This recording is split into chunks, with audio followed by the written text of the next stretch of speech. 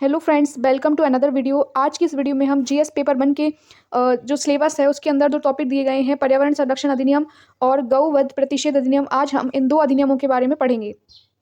ये दोनों अधिनियम भारत के पर्यावरणीय और सांस्कृतिक संरक्षण के 2 स्तंभ के रूप में हैं, यानी कि पर्यावरण को बचाने की ओर जो महत्वपूर्ण निर्णय लिए गए हैं, वो ये 2 अधिनियम हैं। क्या हम विकास की दौड़ में अपने पर्यावरण और सांस्कृतिक मूल्यों को खो रहे हैं? विकास के नाम पे हम जो पेड़ काट रहे हैं उनसे पर्यावरण इतना प्रदूषित हो रहा है, और फैक्ट्रियों से निकलने वाला धुआं, गंदा पानी हमारे पर्यावरण को पूरी तरह से ध्वस्त कर रहा है।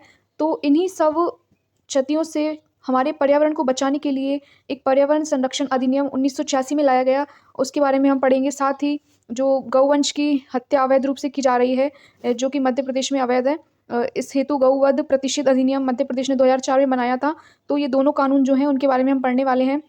ये दोनों कानून हमारे देश के प्राकृतिक संसाधनों और सांस्कृतिक विरासत की रक्षा के लिए बनाए गए महत्वपूर्ण ढांचे हैं। आइए जानें कि ये कानून कैसे काम करते हैं और हमारी भूमिका क्या है। ये लाइब्रेरियन के जो एग्जाम में जीएस 1 का जो पेपर है उसके अंतर्गत साफ तौर पर मेंशन है। आज हम इन दोनों को कवर करने वाले हैं।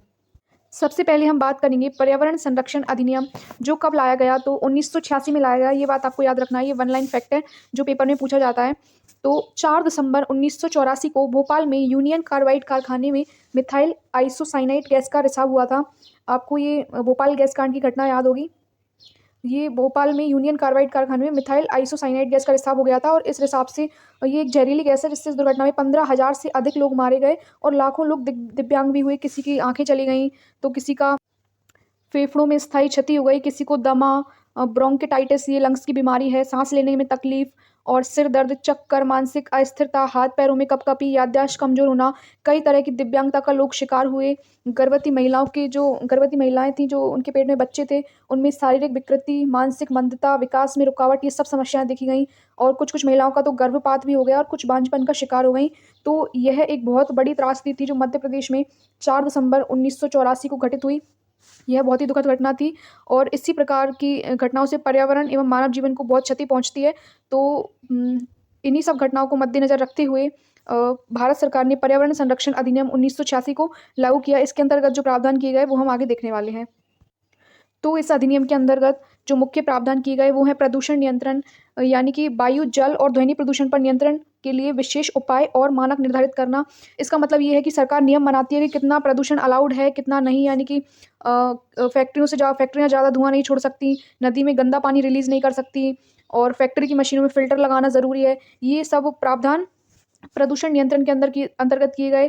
कार से निकलने वाले धुएं की लिमिट तय होती है, और कार कुछ वर्षों, जब पुरानी कार हो जाए तो फिर उसे यूज़ नहीं कर सकते। ये सब प्रावधान प्रदूषण नियंत्रण के अंतर्गत बनाए गए, और इनके लिए मानक निर्धारित किए गए कि इससे अधिक आप दोहन नहीं कर सकते। और अगर सरकार द्वारा बनाए गए ये पैमानों का इनने पालन नहीं किया उद्योगपतियों ने, तो फिर उनके लिए दंड का प्रावधान भी किया गया है। उल्लंघन करने वालों के लिए कठोर दंड की व्यवस्था की गई है, जिसमें जेल और जुर्माना दोनों शामिल हैं। और इस अधिनियम को बनाने के लिए भोपाल गैस त्रासदी जैसे जो हादसे थे, उनके बारे में इस अधिनियम को बनाने के बारे में सोचा। लेकिन जो जून 1972 में स्टॉकहोम, जो स्वीडन का एक शहर है, स्टॉकहोम, यहाँ पे एक सम्मेलन हुआ और भारत भी स्टॉकहोम सम्मेलन का सदस्य था। तो उसमें भी पर्यावरण संरक्षण के लिए आवश्यक अधिनियम बनाने की चर्चा की गई थी। तो यह भी एक उचित रीज़न था 1986 का पर्यावरण संरक्षण अधिनियम बनाने के लिए। और ये जो अधिनियम है राष्ट्रपति की सहमति से 22 मई 1986 को राष्ट्रपति ने सहमति दी। कब दी सहमति? 23 मई 1986 को राष्ट्रपति ने सहमति दी, और यह 19 नवंबर 1986 को संपूर्ण भारत में लागू किया गया। और ये अधिनियम के विभिन्न उपबंधों को विभिन्न तिथियों व क्षेत्रों में लागू किए जाने की शक्ति किसके पास थी? केंद्र सरकार के पास थी। यानी कि संपूर्ण भारत में लागू किया गया, केंद्र सरकार द्वारा बनाया गया अधिनियम है। तो यह अधिनियम संपूर्ण भारत पर लागू है। इसे किसने बनाया? केंद्र सरकार ने बनाया, यानी ये संसद में पारित हुआ। इस अधिनियम में कुल 4 अध्याय हैं। इस अधिनियम में कुल कितने अध्याय हैं? 4 अध्याय हैं, और इन 4 अध्यायों के अंतर्गत 26 धाराएं हैं। पर्यावरण संरक्षण अधिनियम में 4 अध्याय एवं 26 धाराएं हैं। अधिनियम की धारा 2 में महत्वपूर्ण पदों की परिभाषा दी गई है, जैसे जल और वायु तथा भूमि, मानवीय प्राणी, अन्य जीवित प्राणी, पौधे, सूक्ष्म जीवाणु तथा संपत्ति और उनके बीच विद्यमान अंतर संबंध को पर्यावरण कहा गया है। तो उसमें पर्यावरण की परिभाषा दी गई है धारा 2 के का भाग में। बाकी धारा 2 में क्या दी गई है परिभाषाएं, आपको तो बस इतना ही याद रखना है कि पर्यावरण संरक्षण अधिनियम में 4 अध्याय 26 धाराएं हैं और आपसे धारा 2 में क्या है पूछा जाएगा तो आपको बताना है धारा 2 में परिभाषाएं दी गई हैं। क्या दिया गया है परिभाषाएं। हम एक बार फिर से रिपीट करते हैं इस अधिनियम की मुख्य बातें जो परीक्षा में डायरेक्ट पूछी जाती हैं। तो यह अधिनियम कब लागू हुआ, हमको बताना है 19 नवंबर 1986 को यह अधिनियम लागू हुआ। 19 नवंबर 1986 को। यह एक केंद्रीय कानून है, सेंट्रल एक्ट है। क्या है ये? Central act. और यह एक अम्ब्रेला एक्ट है। 1986 के इस अधिनियम को अम्ब्रेला एक्ट के नाम से भी जाना जाता है, अम्ब्रेला एक्ट। इसका मतलब क्या है कि यह अन्य पर्यावरण कानूनों को भी सपोर्ट प्रदान करता है। ये एक्ट यानी एक छतरी का काम करता है। इस एक्ट का उल्लंघन करने पर आपको 5 साल तक की सजा, 5 साल तक की सजा और 1 लाख तक जुर्माना भुगतना पड़ सकता है। 1 लाख तक का जुर्माना। दंड प्रावधान इस अधिनियम के अंतर्गत ये है, यदि आपने इस अधिनियम के विरुद्ध पर्यावरण को क्षति पहुंचाने का कार्य किया तो 5 साल तक की सजा आपको दी जा सकती है और 1 लाख रुपए तक का जुर्माना आप पर लगाया जा सकता है। एक और फैक्ट आपको देते हैं कि संविधान के अनुच्छेद 253 में, संविधान के अनुच्छेद 253 के अंतर्गत इसको पारित किया गया है। तो अनुच्छेद 253 में है कि केंद्र सरकार अंतर्राष्ट्रीय समझौतों को प्रभावी करने के लिए कानून बनाने की शक्ति देता है। कौन? अनुच्छेद 253 केंद्र सरकार को जो इंटरनेशनल समझौते हैं उनके तहत कानून बना सकता है। तो 253 के अंतर्गत भी ये 1986 का एक्ट बनाया गया, क्योंकि यह स्टॉकहोम समझौते के बाद बनाया गया। स्टॉकहोम समझौते में पर्यावरण संरक्षण के लिए महत्वपूर्ण कदम उठाने की बात सभी देशों ने की, तो भारत ने भी भोपाल गैस त्रासदी को मद्देनजर रखते हुए यह एक्ट 1986 में बनाया। तो आपसे इस प्रकार से क्वेश्चन पूछ सकते हैं कि कौन सी संविधान की कौन सी अनुच्छेद के अंतर्गत यह एक्ट बनाया गया। तो आपको याद रखना है अनुच्छेद 253 के अंतर्गत। अनुच्छेद 253 केंद्र सरकार को अंतर्राष्ट्रीय समझौते के जो मुद्दे हैं उन पर कानून बनाने की शक्ति प्रदान करता है। हमने लगभग पर्यावरण संरक्षण अधिनियम, जिसको अम्ब्रेला एक्ट के नाम से भी जाना जाता है, उसके बारे में लगभग सभी फैक्ट्स और डिटेल देख लिए। अब हम बात करेंगे गौवध प्रतिषेध अधिनियम मध्य प्रदेश 2004 की। तो यह केंद्रीय कानून नहीं है, इसको मध्य प्रदेश में लाया गया। कब बना यह अधिनियम? तो 2004 में बना। इसके उद्देश्य क्या थे? गौवध पर पूर्ण प्रतिबंध लगाना, पशु संरक्षण और उनका कल्याण, सांस्कृतिक विरासत की रक्षा करना। गैया हमारी संस्कृति का एक महत्वपूर्ण भाग वैदिक काल से ही रही है। हर घर में लगभग पहले गाय पाली जाती थी, उसका संरक्षण किया जाता था, तो ये हमारी संस्कृति का एक महत्वपूर्ण हिस्सा है। और पशु हिंसा भी उचित नहीं है। इसी सब को मद्देनजर रखते हुए यह अधिनियम तो बनाया गया है, परंतु पता नहीं है किस प्रकार से कार्य कर रहा है, क्योंकि गौ हत्या अभी तक देश में जारी है।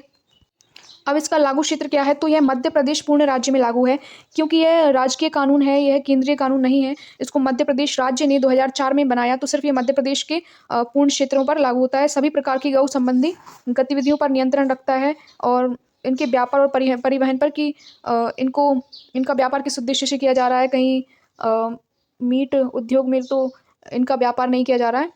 ये सब बातों पर यह एक्ट नियंत्रण रखता है। अब मुख्य प्रावधान इसके अंतर्गत क्या किए गए हैं?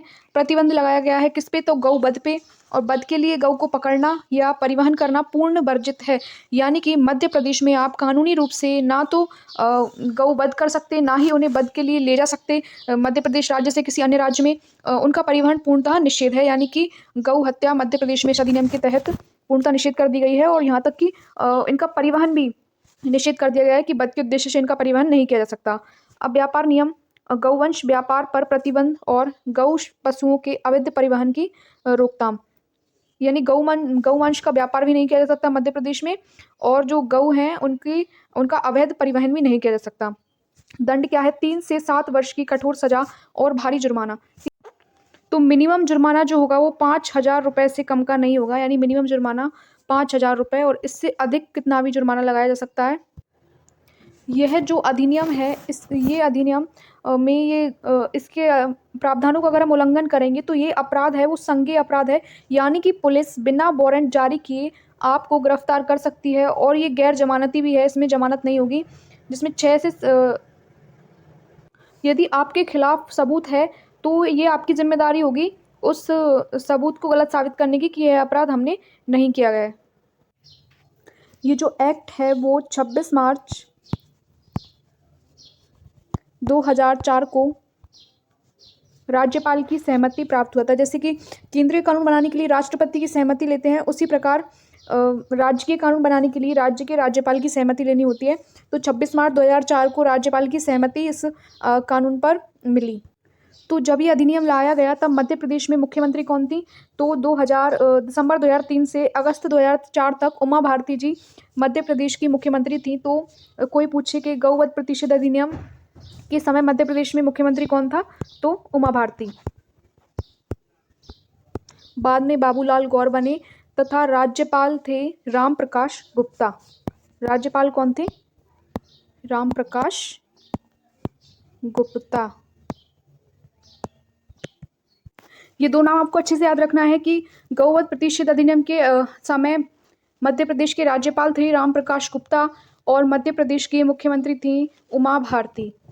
अब हम बात करते हैं कि इस अधिनियम में कुल कितने अध्याय और कितनी धाराएं हैं। तो इस अधिनियम में 5 अध्याय हैं, 5 अध्याय हैं और 11 धाराएं हैं। कितनी धाराएं हैं? 11 धाराएं हैं। अब हम देखते हैं कि इन धाराओं में क्या दिया गया है। तो धारा 1 में हमेशा इस अधिनियम का नाम और ये कहाँ लागू होता है, इसका विस्तार क्षेत्र क्या है, हमेशा वो दिया जाता है। धारा 1 में क्या दिया जाता है? नाम और क्षेत्र। धारा 2 में ज़्यादातर परिभाषा का वर्णन किया जाता है। धारा 2 में परिभाषा, किस टाइप की परिभाषा? जैसे यह अधिनियम गौवंश प्रतिषेध अधिनियम है, तो गौवंश का अर्थ क्या है, वध का अर्थ क्या है, मालिक शब्द के रूप में किसको परिभाषित किया गया है, ये परिभाषाएं दी जाती हैं। गौवंश के अंतर्गत केवल गाय नहीं बल्कि बैल, गाय के बछड़े, ये सब शामिल हैं। धारा 3 में गौ वध पर प्रतिबंध लगाया गया है। तो धारा 3 इंपॉर्टेंट है, आपसे पूछेंगे कि गौवंश पर प्रतिबंध किस धारा के अंतर्गत लगाया गया है? तो धारा 3 के अंतर्गत लगाया गया है। और धारा 6 के अंतर्गत गौ मांस का विक्रय और भंडारण प्रतिबंधित है। धारा 6 के अंतर्गत गौ मांस का विक्रय और भंडारण प्रतिबंधित है। विक्रय नहीं कर सकते आप और भंडारण भी नहीं कर सकते, ये दोनों प्रतिबंधित हैं धारा 6 के अंतर्गत। और जो हमने स्वरूप देखा था वो धारा 9 के अंतर्गत है कि ये अपराध संज्ञेय है, यानी कि बिना वारंट के आप अरेस्ट हो सकते हैं और गैर जमानती है, ये धारा 9 के अंतर्गत है। उसके पश्चात धारा 11 में राज्य सरकार की नियम बनाने की शक्ति। धारा 11 में क्या दी गई है कि राज्य सरकार इस कानून पर और नियम बना सकती है तथा इसमें संशोधन कर सकती है। अब हम देखेंगे इसमें संशोधन कब कब हुए। तो सबसे पहला संशोधन जो किया गया वो वर्ष 2010 में किया गया। इसमें कुछ प्रावधानों को और स्पष्ट रूप से बताया गया और इस अधिनियम को लागू करने पर, यानी इसका प्रवर्तन इन्फोर्समेंट करने पर इसको जोड़ दिया कि ये अच्छे से लागू हो। अधिनियम बन तो गया है परंतु अब इसको लागू कराना है, तो लागू कराने पर ध्यान दिया गया वर्ष 2000 के संशोधन में। और वर्ष 2012 में कुछ दंड प्रावधानों के अंतर्गत सुधार किए गए वर्ष 2012 में। और फिर वर्ष 2021 में इसमें महत्वपूर्ण संशोधन किया गया। इसमें सजा और जुर्माने को काफ़ी सख्त किया गया। अवैध परिवहन और तस्करी पर कड़ी कार्रवाई की गई। अपराधों को और अधिक गंभीर श्रेणी में रखा गया, यानी कि इसमें कुल मिला के 3 संशोधन किए गए।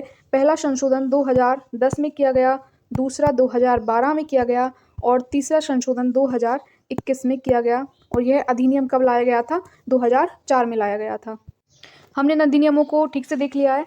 अब हम दोनों अधिनियमों की तुलना करेंगे और दोनों में भिन्नताएं बताएंगे, क्या समानताएं हैं और क्या भिन्नताएं हैं।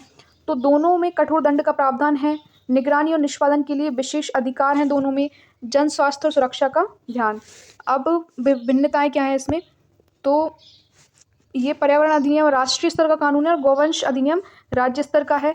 पर्यावरण अधिनियम वैज्ञानिक आधारित है और गौवंश अधिनियम सांस्कृतिक आधारित है।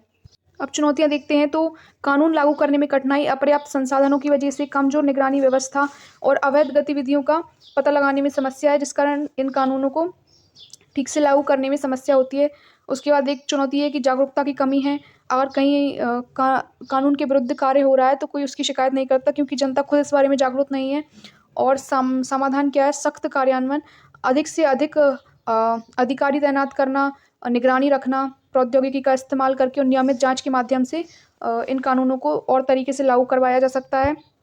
और समाधान, जन जागरूकता, अगर लोग जागरूक होंगे तो उनके आसपास ऐसी गतिविधियां होने पर वह तुरंत शिकायत कर सकेंगे। लेकिन इसके लिए सरकार को कुछ प्रयास करने होंगे, जैसे सामुदायिक कार्यक्रम और स्कूलों में शिक्षा दी जानी चाहिए, और सोशल मीडिया पर भी ये अभियान समय समय पर चलाए जाने चाहिए, जिससे कि लोग जागरूक हों और ये अवैध कार्य हमारे देश और राज्य में ना हो सकें।